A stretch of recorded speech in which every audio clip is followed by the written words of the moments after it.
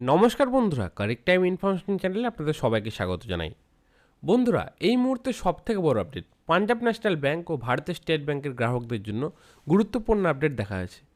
আপডেটের শুরুতে দেখুন বলা রয়েছে, স্টেট ব্যাংক অফ ইন্ডিয়া ও পাঞ্জাব ন্যাশনাল ব্যাংক গ্রাহকদের জন্য গুরুত্বপূর্ণ দরকারি আপডেট এইমাত্র উঠে এলো। উক্ত দুই ব্যাংকের কেওয়াইসি ও ফাইন সংক্রান্ত বিস্তারিত তথ্য সম্প্রতি সামনে এসেছে। সম্প্রতি 2023-এর বিদায় শেষে 2024-এর আগমন ঘটেছে, আর নতুন বছর পড়ার সাথে সাথে দেশ জুড়ে বদলে গেছে বেশ কিছু নিয়ম। পরিবর্তে লাগু হয়েছে একাধিক নতুন নিয়ম। এরই মধ্যে ভারতীয় স্টেট ব্যাংক তার গ্রাহকদের জানিয়েছে, যে সকল স্থায়ী সেভিংস অ্যাকাউন্ট হোল্ডার ব্যাংক অ্যাকাউন্টের সঙ্গে প্যান কার্ড লিঙ্ক করার নেই, নতুন বছরে তাদের ব্যাংক অ্যাকাউন্ট বন্ধ করতে চলেছে। তা আপনাদের যাদের যাদের স্টেট ব্যাংকে অ্যাকাউন্ট রয়েছে অথচ আপনারা প্যান কার্ড লিঙ্ক করাননি, তাদের অ্যাকাউন্ট বন্ধ হতে চলেছে।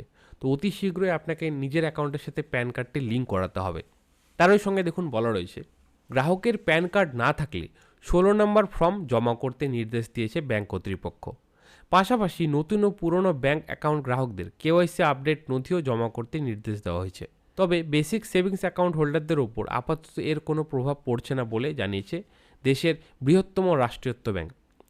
তো যাদের যাদের অ্যাকাউন্টে কম লেনদেন হয় তাদেরকে অবশ্যই নিজের অ্যাকাউন্টে প্যান কার্ড আপডেট করতে হবে, যারা যারা এখনও করাননি। আর যাদের প্যান কার্ড নেই তাদের 16 নম্বর ফর্ম ব্যাংকে আপলোড করতে হবে। এবং যারা যারা অনেক দিন আগে কেওয়াইসি করেছেন ব্যাংকে, তো তারা অতি শীঘ্রই নিজেদের কেওয়াইসিটা আপডেট করে নেবেন যদি আপনার লেনদেন কম হয়ে থাকে। এবং যাদের লেনদেন ঠিকঠাক রয়েছে, যারা ঘন ঘন লেনদেন করেন, তাদের ক্ষেত্রে কোনো সমস্যা হবে না। তারপরে দেখুন বলা রয়েছে, অপরপক্ষে পাঞ্জাব ন্যাশনাল ব্যাংকের গ্রাহকদের জন্য একটি গুরুত্বপূর্ণ আপডেট রয়েছে।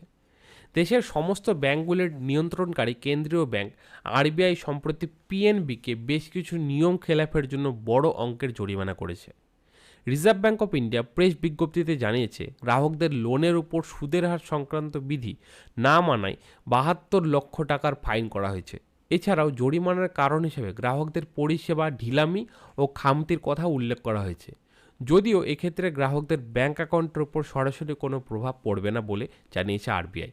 তবে স্টক শেয়ার মার্কেটে ব্যাংকের এই লসের বিরাট প্রভাব পড়বে বলেই জানিয়েছে বিশেষজ্ঞরা।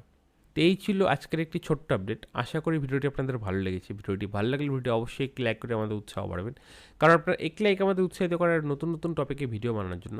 এবং আপনি যদি এখনও আমাদের চ্যানেলটি সাবস্ক্রাইব না করে থাকেন, তাহলে চ্যানেলটি সাবস্ক্রাইব করে সাথে থাকবেন এবং বেল আইকনটি অল অপশন ক্লিক করে দেবেন, যাতে আপনি পরবর্তী কোনো ভিডিও আপডেট মিস না করে যান।